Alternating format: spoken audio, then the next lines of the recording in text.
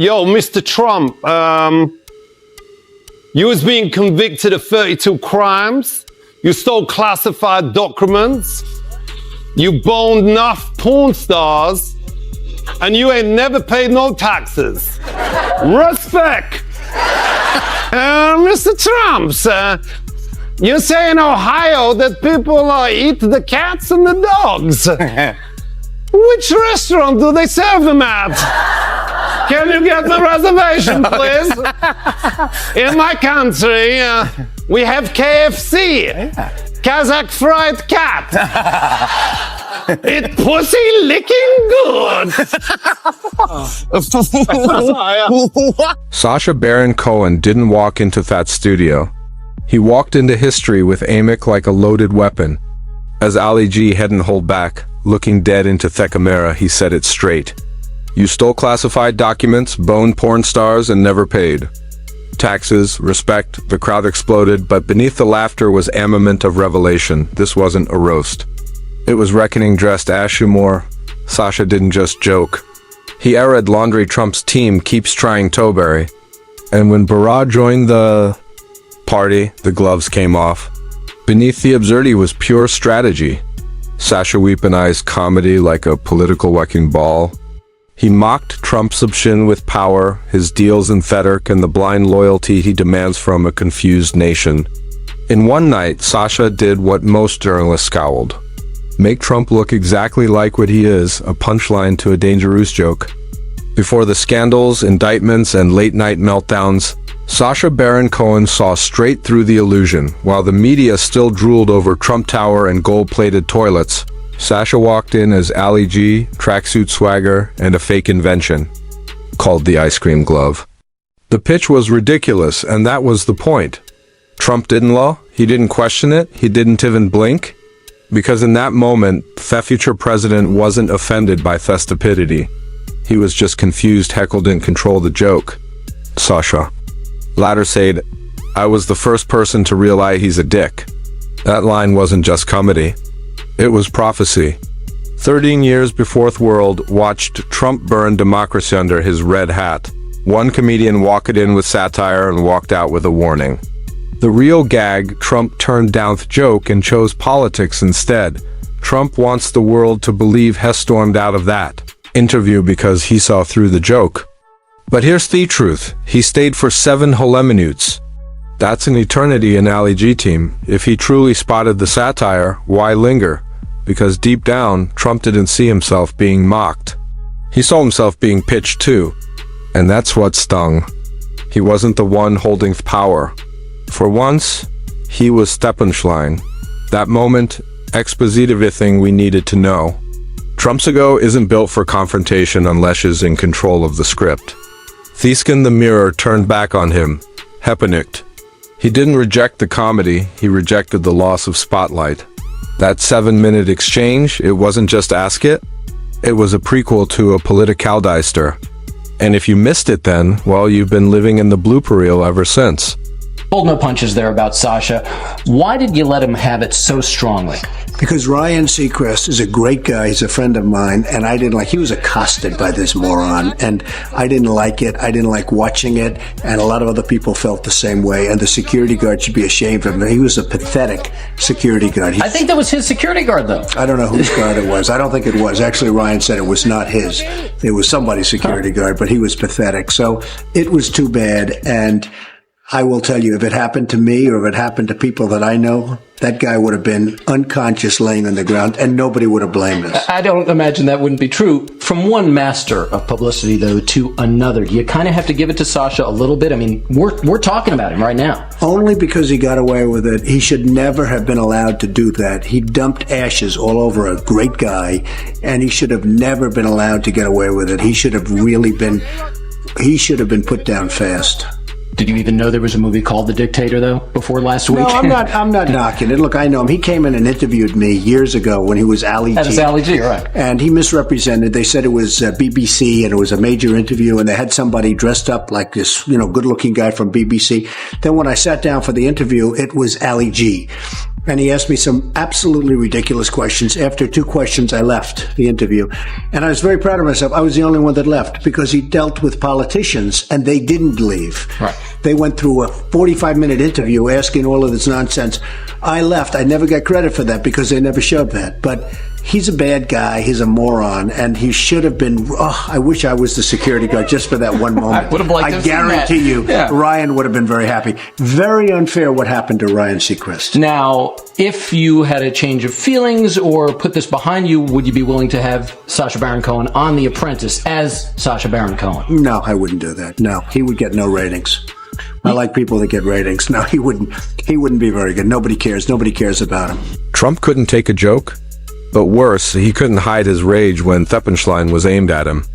After Sacha Baron Cohen exposed the hollow core office bravado, Trump lashed out like a man wounded by truth. He should have been put down fast. Trump sighed, referring to Sacha, sounding less like a former president and more like an unhinged mobus out for revenge. This wasn't a critique. It was a threat disguised as indignation. The man who claimed to deafen free speech suddenly wanted comedians unconscious on the ground. Why? Because someone dared to turn the camera back on him.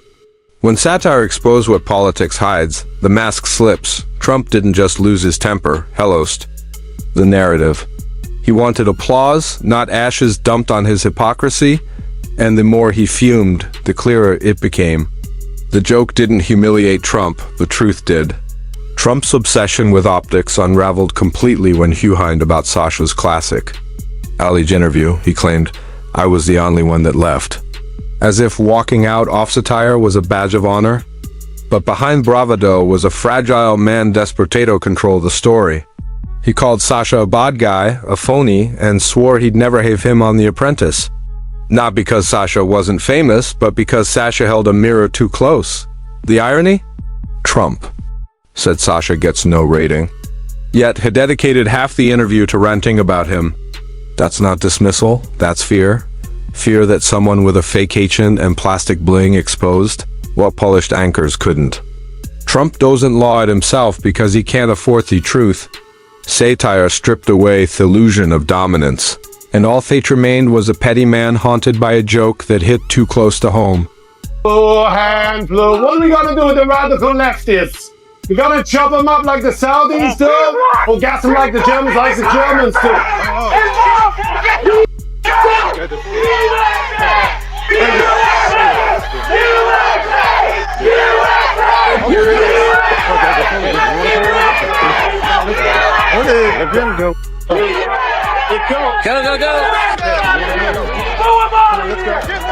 Are we locked? The doors are locked? Yeah. Hey. Hold it. Right. I'll drive. Go. When Sacha Baron Cohen risked everything filming Borat 2, it wasn't just comedy. It was a political bulletproof vest. Disguised and undercover at a Trump rally, he walked into the lion's den, offered hats and rage. The second the satire got too real, the crowd turned violent. These weren't fans defending America. They were foot soldiers for a fragile ego, ready to attack anyone who mocked their cult leader. Sacha barely escaped as furious Trump supporters stormed the stage, proving exactly what became to expose. That, under Trump's leadership, blind loyalty had replaced logic and violence had replaced discourse. These weren't patriots, they were bullies wrapped in flags. Trump didn't need to send out a tweet. His army was already programmed. And while Sacha mocked them with a mic, they responded with fists, because nothing terrifies a delusional crowd more than the one thing they can't out, the truth. Was it your idea to come up with this storyline with Donald Trump having AIDS? Well, I don't want to give away the fairy tale ending, but yes. I mean, listen, firstly, we don't know, what Donald Trump has at the moment. I mean, I really think it would be very unfair to tarnish the reputation of AIDS by associating it with Donald Trump. But let's see. Were you surprised by the reaction that you got? To what? To what people have, people in the screenings seeing that scene. Well, there have been standing ovations around the world. Literally, we've just come back from Germany, Holland, France, England. People have been standing up and cheering when Donald Trump contracts HIV, which is some indication of what will happen when he becomes president. In one of the most savage cinematic moments in modern satire, Sacha Baron Cohen did what no politician dared. Imagined a world where Donald Trump contracts HIV, not out of cruelty, Buddhist poetic justice. Sacha even said it himself. It would be unfair. To tarnish reputation of AIDS by associating it with Trump, that line alone deserves a standing ovation. And the world delivered. From Germany to France to the UK, audiences didn't flinch. They stood and cheered.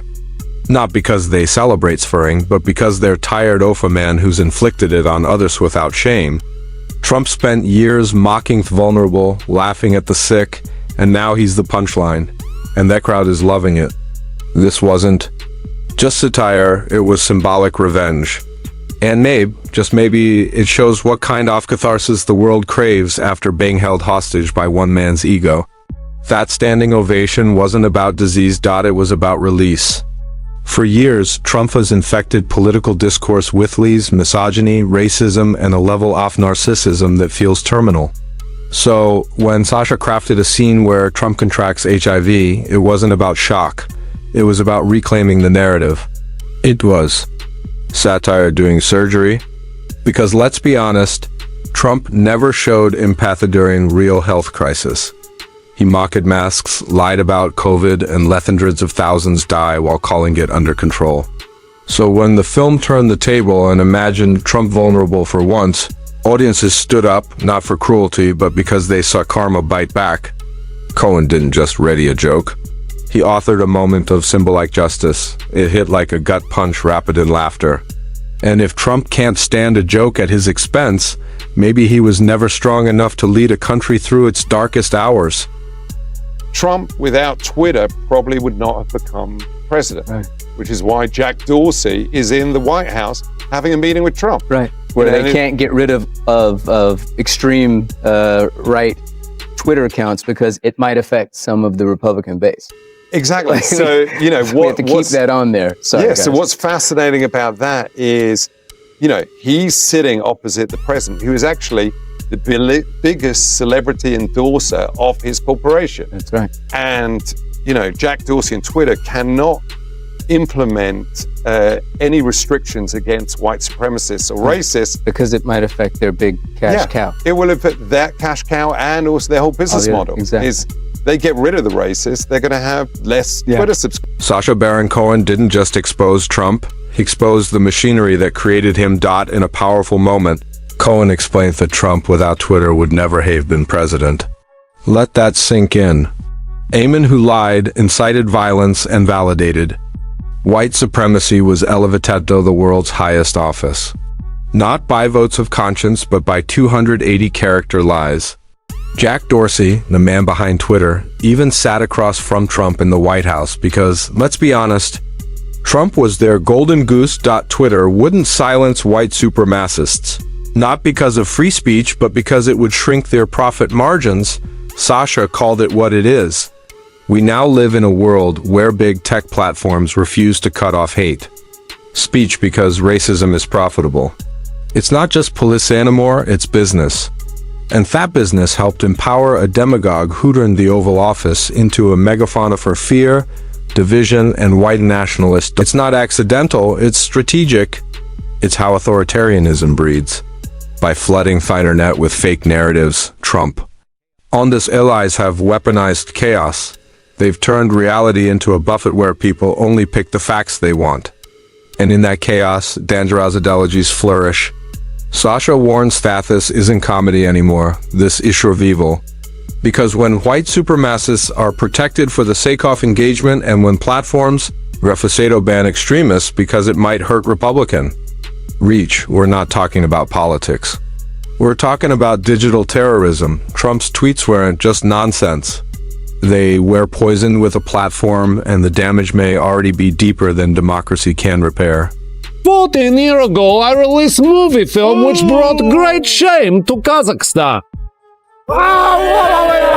Donald Trump thinks Sacha Baron Cohen is creepy, phony, and not funny, and the actor is saying right back at ya. Cohen fired back at Trump's remarks about him, posting to Twitter, "Donald, I appreciate the free publicity for Borat. I admit I don't find you funny either.